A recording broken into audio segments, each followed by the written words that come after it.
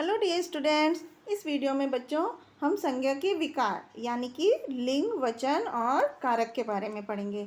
सबसे पहले लिंग के बारे में पढ़ते हैं। लिंग क्या होता है बच्चों? ऐसे संज्ञा शब्द जिनसे हमें पता चलता है किसी भी चीज़ का कि वो पुरुष जाति से संबंधित है या स्त्री जाति से संबंधित है, उसको हम लिंग कहते हैं।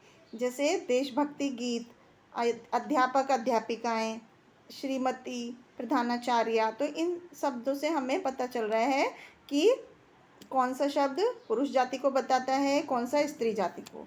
तो जैसे छात्र, अध्यापक, श्रीमान, बालक, इन शब्दों से हमें पुरुष जाति का पता चलता है। इसी तरह से छात्राओं, अध्यापिकाओं, प्रधानाचार्य, श्रीमती, बालिका, इन सब से हमें स्त्री जाति यानी कि फीमेल होने का पता चलता है।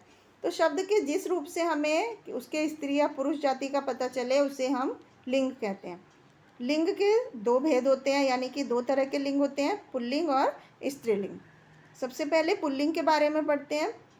पुल्लिंग शब्द का वो रूप जिससे हमें उसके पुरुष यानी कि नर होने का पता चलता है, उसे हम पुल्लिंग कहते हैं। जैसे शेर, आदमी, लड़का, छात्र, शिक्षक, इस तरह से।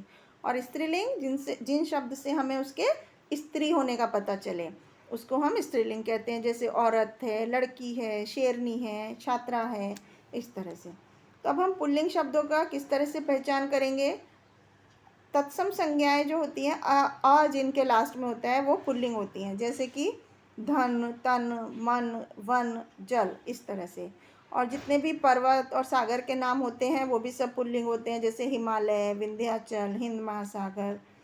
इसके अलावा देश और ग्रह जितने भी हैं वो सब पुल्लिंग होते हैं। जैसे भारत, अमेरिका, नेपाल। दिन और महीनों के नाम भी पुल्लिंग होते हैं।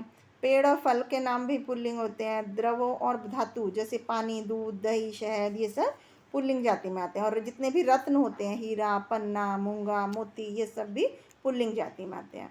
अब स्त्रीलिंग शब्दों को देखते हैं जो ई करांत होते हैं या बड़ी ई करांत होते हैं। जैसे जाति, शक्ति, भक्ति। भाषा और लिपि के नाम भी स्त्रीलिंग होते हैं। इसके अलावा तारीख होती है, नदी के नाम, सब स्त्रीलिंग होते हैं। जिन शब्दों के अंत में बड़ी ई होती है, जैसे सती, पार्वती, सावित्री।